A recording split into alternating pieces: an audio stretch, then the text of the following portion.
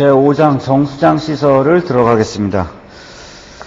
91페이지에 1번 정수장 시설 개론 나오죠. 괄호 1번에 계획 정수량 나옵니다.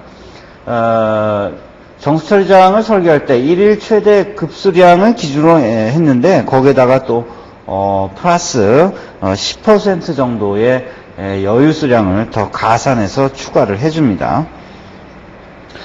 자, 예제 1의 1. 정수시설의 설계 기준이 되는 계획 정수량은 어느 것인가?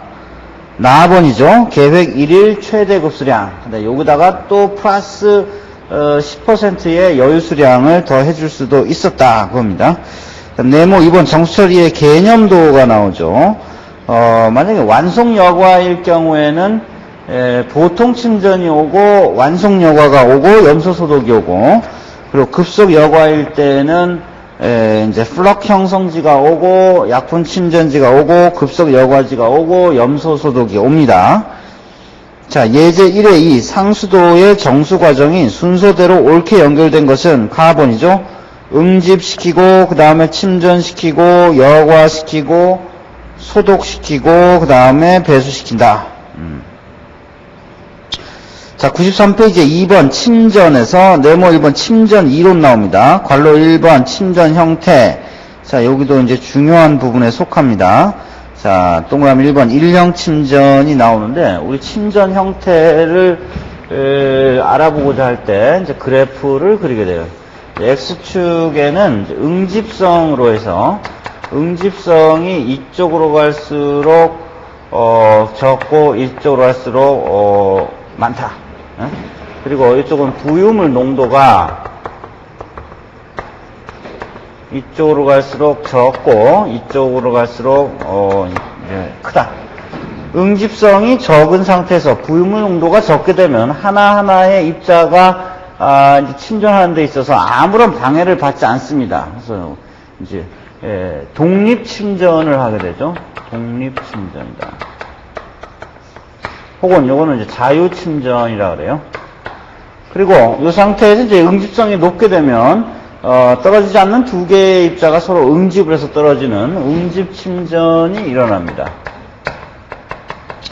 그다음 부유물 농도가 조금 더 높게 되면 그 다음에는 어떤 개개의 입자가 떨어지는 것처럼 보이는 것이 아니고 어떤 층을 형성해서 층 전체가 동시에 가라앉는 것처럼 보입니다. 그것은 이제 밑에 농도가 높게 되니까 그 농도 높은 층을 만나게 됨으로써 층 전체가 같이 움직인다고 그러죠. 그것을 이제 지역 침전이다. 그 다음 이 부유물 농도가 더욱 높게 되면은 압축 침전이 일어나요.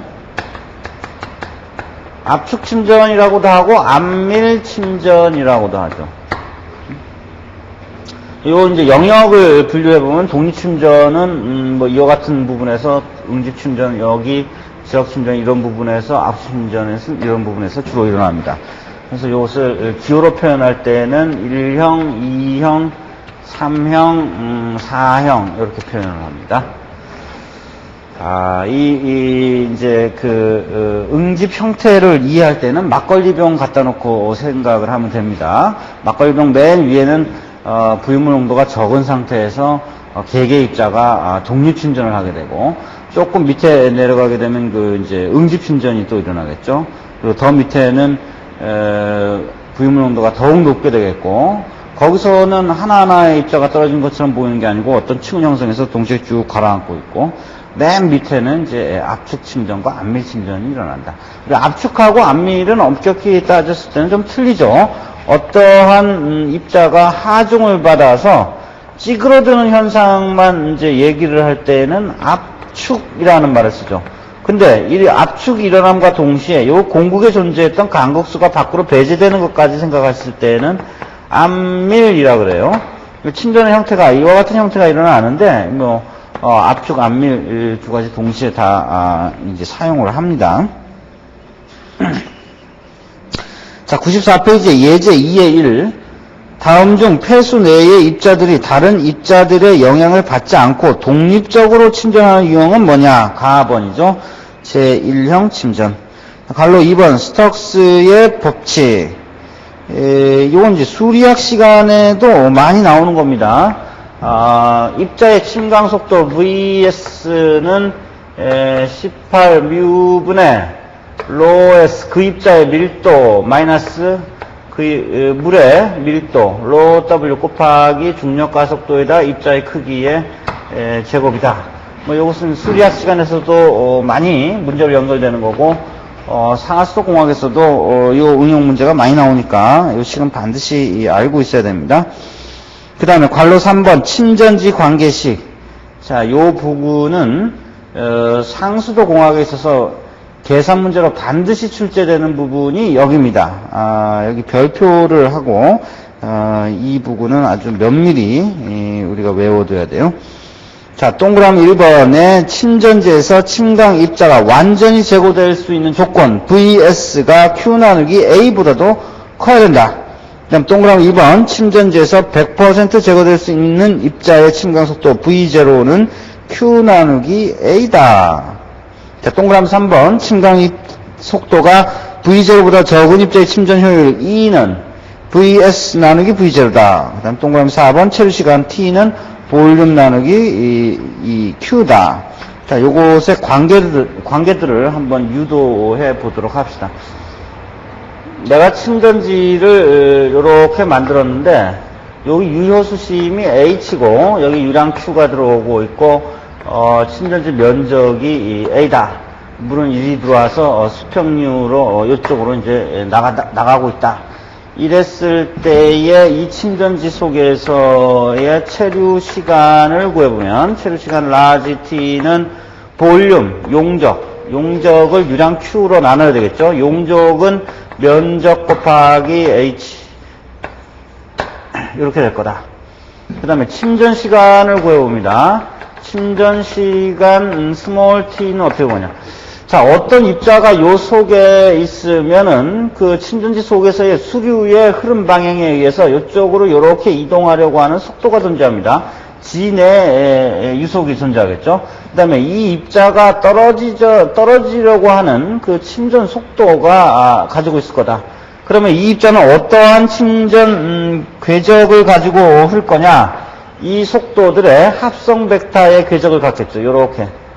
그래서 여기 맨 위에서 유입한 이 입자가 요런 침전 궤적을 거쳐서 요렇게 떨어지면 내가 만들어 놓은 요 침전지에서 이 입자를 100% 제거했다.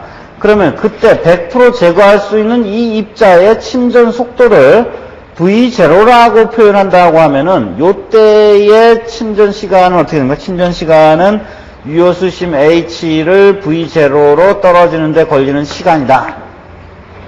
그래서 내가 요 입자를 100% 제거했다라는 것은 체류, 이 침전지에서의 체류 시간 동안에 그 입자가 침전해주면 된다. 요것과 요것이 같아지면 됩니다. 요것과 요것이 같아지면 된다. 요거 약분되고, 고로, V0는 Q 나누기 A다. 이런 결과가 나타나죠.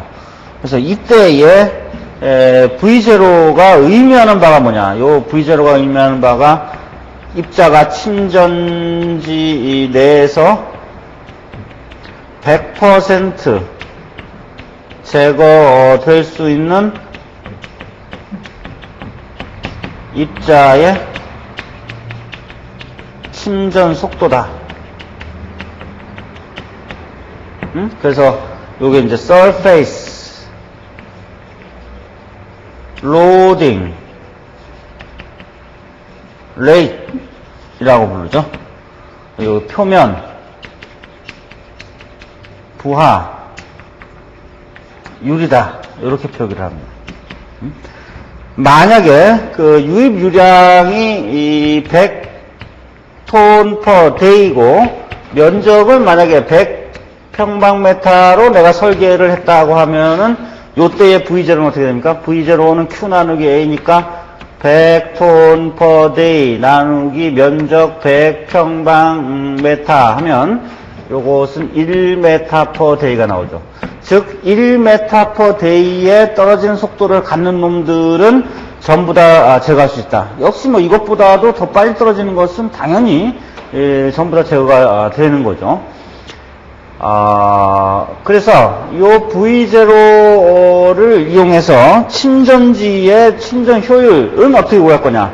침전 효율, efficiency, E는 실제 침전 속도 나누기 V0 해줍니다. 이때 실제 침전 속도, VS. V0는 표면 부하율이고, 만약에 이 입자의 실제 떨어지는 속도는 0.5다 그러면 0.5 메타 퍼 데이면 내가 만들어준 요 규격의 침전지 속에서는 아까 계산에 의하면 1 메타 퍼 데이에 떨어지는 속도를 갖는 놈들은 다 제거를 할 수 있었죠. 그러나 실제는 0.5 메타 퍼 데이에 떨어지는 속도를 가질 테니까 그 침전 궤적은 이렇게 나타날 거다. 이렇게 해서 이만큼은 제거가 됐고 이만큼은 제거가 안 된 겁니다. 그럼 이건 즉 어떻게 되냐? VS 나누기 Q 나누기 A가 되겠고, 요 예제를 일례로 든다고 하면은 실제 침전 속도는 0.5이고 메타 퍼 데이고 표면 부하율은 1 메타 퍼 데이니까 이건 0.5, 즉 50%의 침전 효율을 갖는다라는 거. 50%. 그래서 침전 효율을 이제 높이고자 할 때, 요걸 높이고자 할 때는 이제 방안이 여러 가지가 있습니다. 일단 VS 요걸 높일 수가 있겠다. VS는 이제 그 입자의 실제 고유한 침전 속도니까, 요거는 우리가 컨트롤하기가 곤란하겠죠. 물론 이제 응집 침전을 시켜서, 이것도 이제 우리가 컨트롤할 수가 있겠지만은, 응집제가 소요가 되고 여러 가지 기술적인 요소가 있으니까 만약 응집 충전을 생각하지 않고 독립 충전, 자유 충전만 생각했을 때는 뭐 이건 우리가 제어할 수 없다.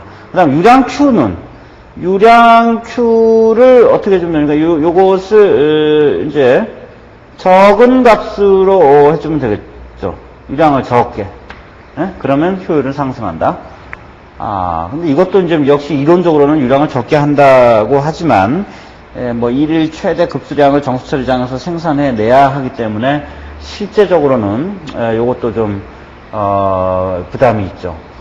그럼 마지막으로 뭐냐? A, 침전지의 유효 표면적을 크게 해주면 V0의 값이 떨어져서 효율은 상승한다.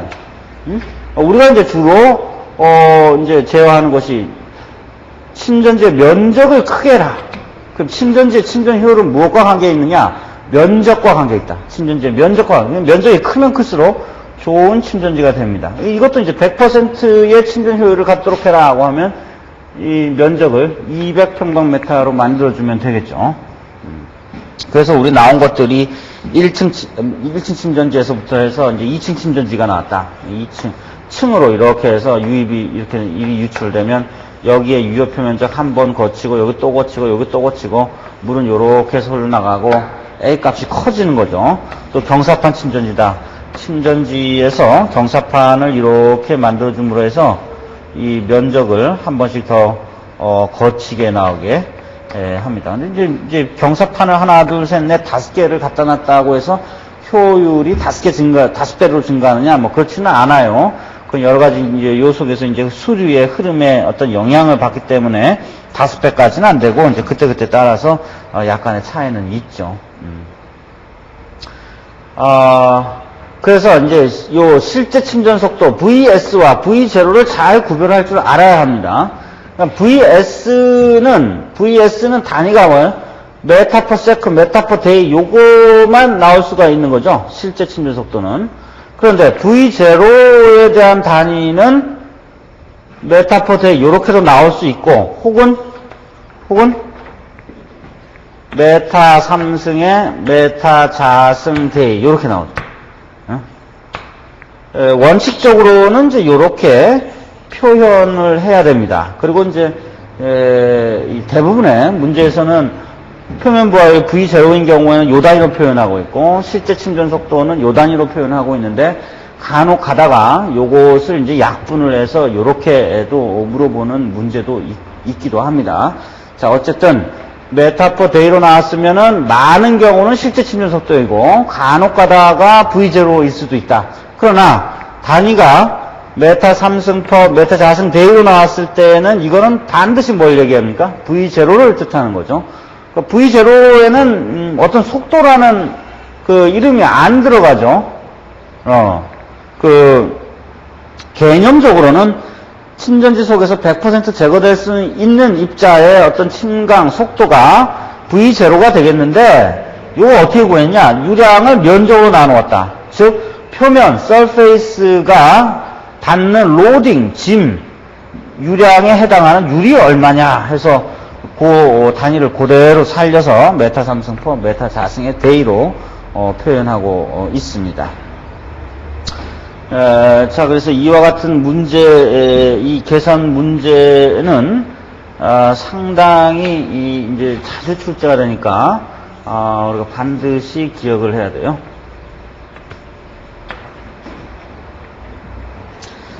자, 예제 2의 2.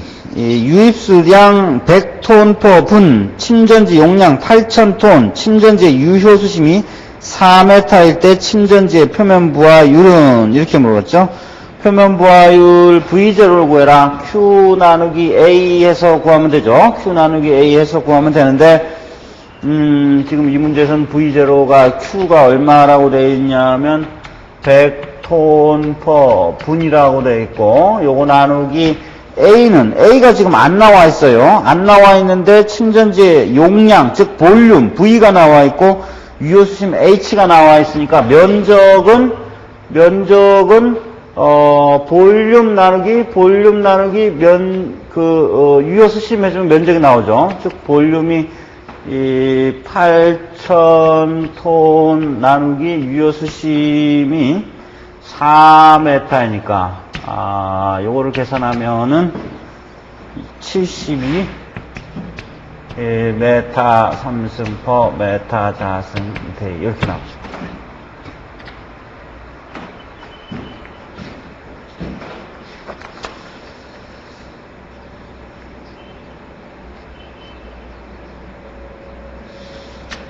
자, 그 다음에 96페이지 동그라미 6번 침전 효율에 영향을 주는 인자. 자, 여기 보세요. 가번 침전지의 수표 면적 클수록 효율은 양호해진 자. A 값이 클수록 침전지의 효율은 좋아지죠. 다번 유체의 흐름 등류로서 측류해야 한다. 다번 수온은 높을수록 좋다. 수온이 왜 높을수록 좋냐? 수온이 높을수록 이제 물의 점성 계수가 떨어지니까 이제 침전 입자가 받는 저항이 줄어들게 되죠.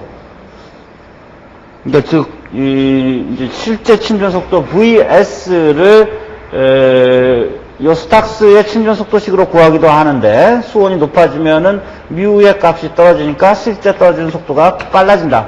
요 놈이 빨라지니까 침전지 효율도 커지게 되는 거죠. 라번 채우 시간은 길수록 좋다. 라번 입자의 직경 및 응결성은 클수록 좋다. 자, 네모 2번 보통 침전. 이제 보통 침전이란 그 독립 침전, 자유 침전을 유도하는 것입니다. 자, 동그라미 2번 완속 여과의 전처리로 사용된다. 이것은 이제 이 여과지 들어가서 자세히 알아봅니다. 동그라미 3번 침전지의 폭과 길이의 비는 1대3에서 8 정도로 해라. 그러니까 이게 100평방미터로 나왔으면 이것을 아무렇게나 하는 것이 아니고, 요것이 1일 때 요 비율은 3에서 8 정도가 되도록 설계를 해라, 그 뜻이죠. 동그라미 4번 침전지의 유효수심은 3에서 4m 정도로 하고, 여기에 고수 위에 여유고 30cm와 저부 침전물 태층을 대비해서 30cm 이상을 더 가산해라. 동그라미 7번 침전지 내의 평균속은 30cm per 분 이하로 하도록 해라. 자, 네모 3번 약품 침전이 나옵니다. 자, 동그라미 1번 응집제 주입량은 실험실에서 자아 테스트를 통해서 적정 응집제의 종류와 농도와 교반 속도와 주입량을 결정하게 됩니다. 동그라미 2번 응집제. 응집제의 종류는 뭐가 있느냐? 이건 황산 난토, 황산 알루미늄이라고도 하고, 또한 알럼이라고도 합니다. 그 다음에 고분자 응집제 PAC, 그 다음 명반, 황산 제1철, 염화 제2철 이렇게 나와요. 다음 중 응집제인 걸 골라라, 아닌 걸 골라라, 이런 것들이 문제로 나오기도 합니다. 그 경우에는 주로 이제 알루미늄하고 철이 들어가 있는 것은 전부 응집제다, 이렇게 생각하고 있으면 되겠습니다. 그럼 고분자 응집제 PAC, 요 속에서도 알루미늄이 들어있어요. PAC가 바로 폴리알루미늄 클로리네이티드의 약자가 됩니다. 그래서 98페이지의 약품 침전지의 구조가 그림 5에서에 나오게 됩니다. 아까 보통 침전지인 경우에는 침전지 하나만 딱히 있었으면 됐는데, 이 약품 침전지인 경우에는 이제 구조가 세 가지가 되죠. 처음에는 급속 혼화지다.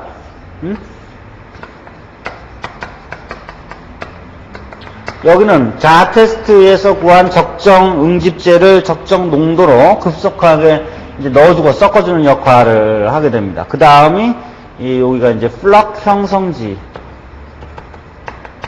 플락이라는 것은 이제 응집, 응결 이런 것들로 이제 의미하죠.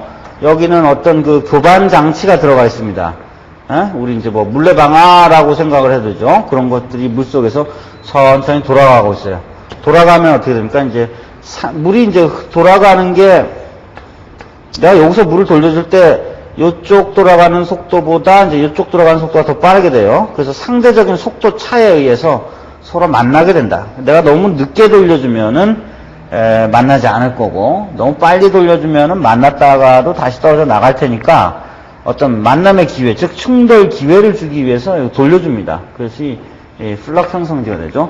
그 다음에 이제 침전지로 비로소 들어와서, 만약에 요 맨 위에서 들어온 입자가 이러한 침전 궤적을 가지고, 이제 침전해주면 되겠다. 그래서 이 약품 침전, 혹은 응집 침전, 침전인 경우에는 세 가지의 구조로 되어 있다. 이 급속 혼화지, 그 다음 플럭 형성지, 그 다음에 침전지다. 자, 그 다음에 3번 여과. 이 여과 부분도 이제 상당히 중요합니다. 왜냐하면은 정수처리장에서 침전, 여과, 살균, 뭐 어떠한 공정도 반드시 있어야 되고 다 중요하지만 그 중에서도 이제 여과가 이제 더 중요한 부분이 됩니다. 자, 네모 1번 완속 여과.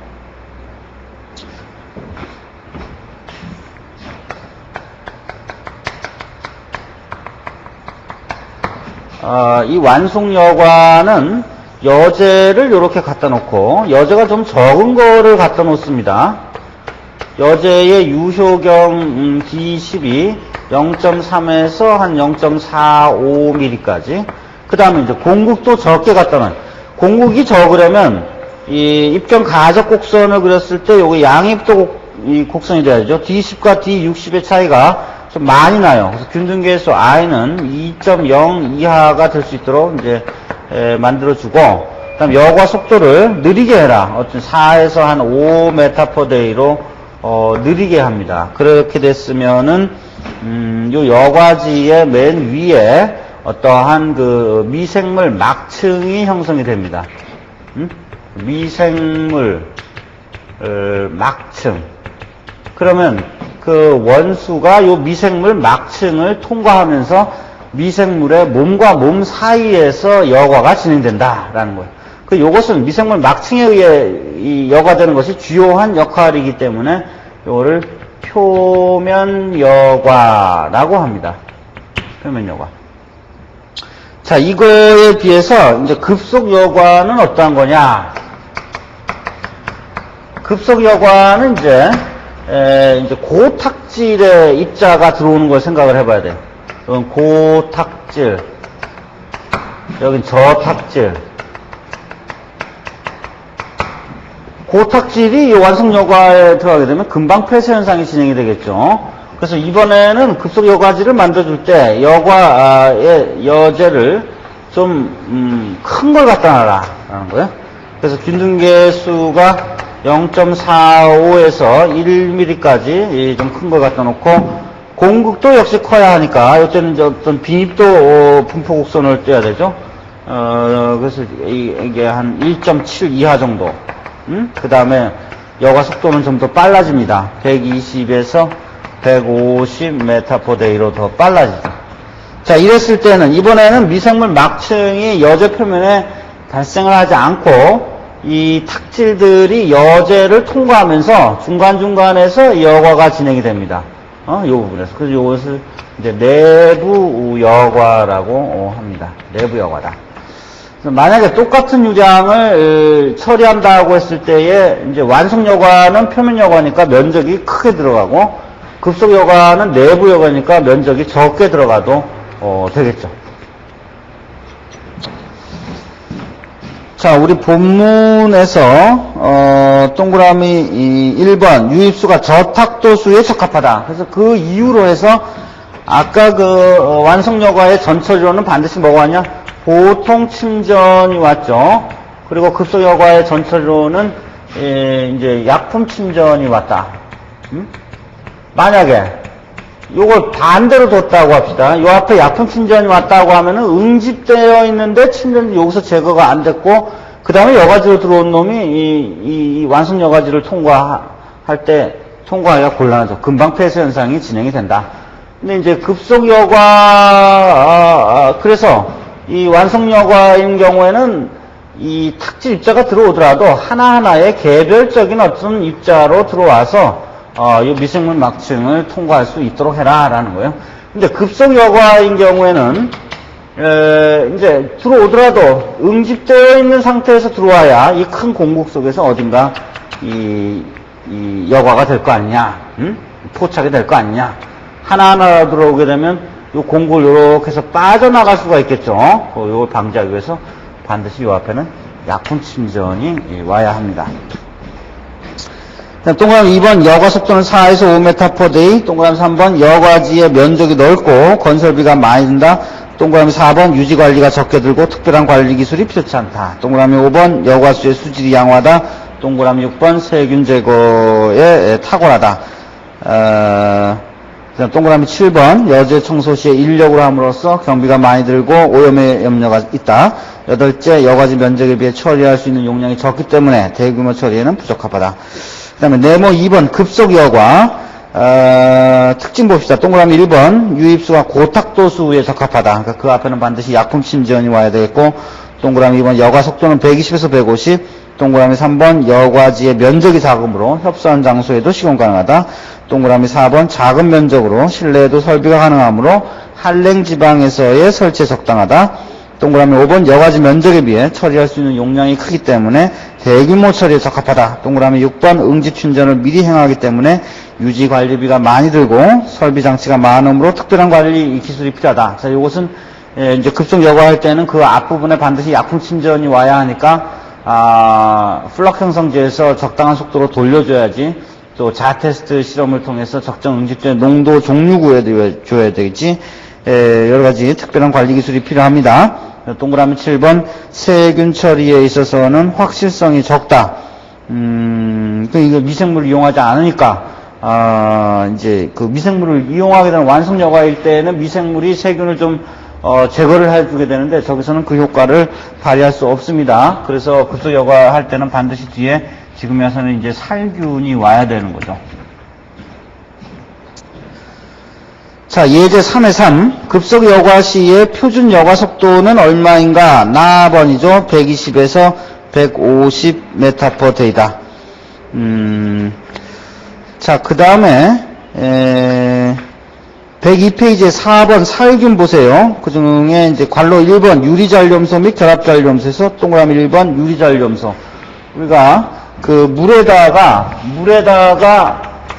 염소를 투여하게 되면은 요것이 제1반응으로 HOCl이 형성되고 또 H 플러스 또 Cl 마이너스 두 번째 반응으로 HOCl이 다시 OCl 마이너스와 H 플러스 이온으로 됩니다. 이때 요 소독력을 가지고 있는 것은 이것과 요것이에요. 요 두 가지를 일컬어서 우리가 유리염소, 유리염소라고 합니다. 그러니까 잔류염소라는 것은 이 두 가지를 일컬어요. 잔류염소. 그래서 관막 말단 어디에서든지 요 유리염소의 농도가 얼마? 0.22 ppm 이상이 돼야 되겠다.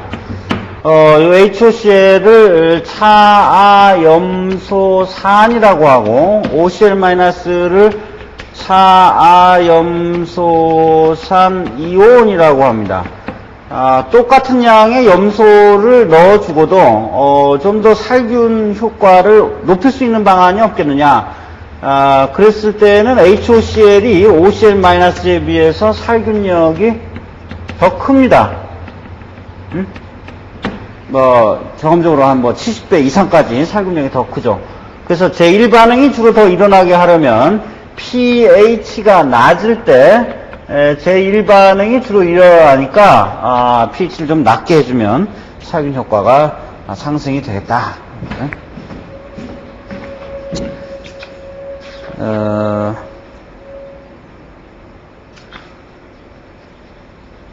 자, 그래서 이제 104페이지에 괄로 2번 상수도에서의 잔류염소 기준치가 나오죠. 정상적인 상태는 관막 말단에서 0.2 ppm 이상이 되도록 하고, 어떤 비상사태가 있을 때는 0.4 ppm 이상 되도록 해라. 그 비상사태로는 이제 소화기 계통의 수인성 전염병이 유행할 때나 정수작업에 이상이 있을 때, 단수 다시급수를 할 때, 원수의 수질이 현저히 악화됐을 때, 그리고 수도전 계통을 통한 오염의 소지가 있을 때는 좀 더 높여서 0.4 ppm 이상이 되도록 해라. 105페이지에 괄호 4번 염소 처리의 효과가 나오죠.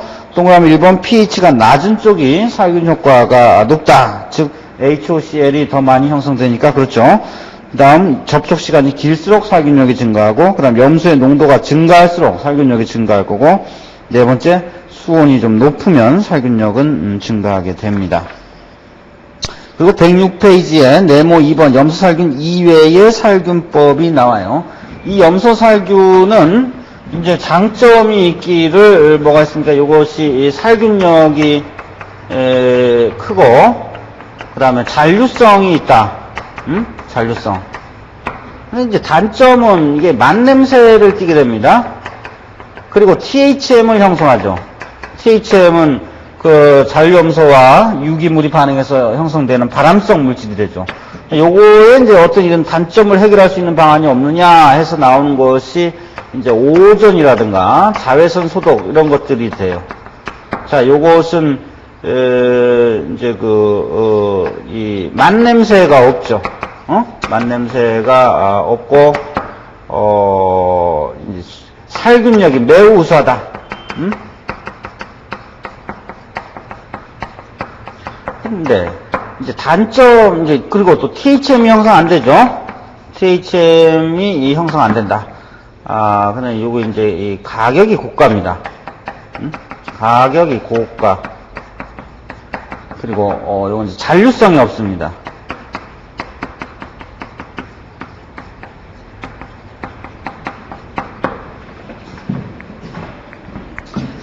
자, 우리 예제 4의 4를 봅시다. 오존 처리법의 특징으로서 잘못된 것은, 라번 틀렸죠. 효과에 지속성이 있으므로 경제성이 있다. 지속성이 없습니다. 잔류성이 없다. 실제로 오존 O3는 15분 후에는 O2로 되는데, 15분 정도까지는 잔류성이 있다고 볼 수 있겠지만, 그 이후부터는 잔류성이 없습니다. 그래서 우리나라와 같이 뭐 어떤 누수량이 많은 그런 곳에서는 이 오존 처리로 살균하기가 좀 곤란하게 되겠죠. 그러나 뭐 어떤 그 유럽과 같이 관망 정비가 잘 되어 있는 곳은 이 오존으로서 살균할 수가 있게 됩니다. 자, 그래서 이 침전, 뭐 보통 침전, 약품 침전, 그리고 여과, 급속 여과, 완속 여과, 그리고 살균, 염소 소독과 그 외에 대체 소독법에 대해서 알아봤습니다. 이상으로 제5장 정수장 시설을 마치겠습니다.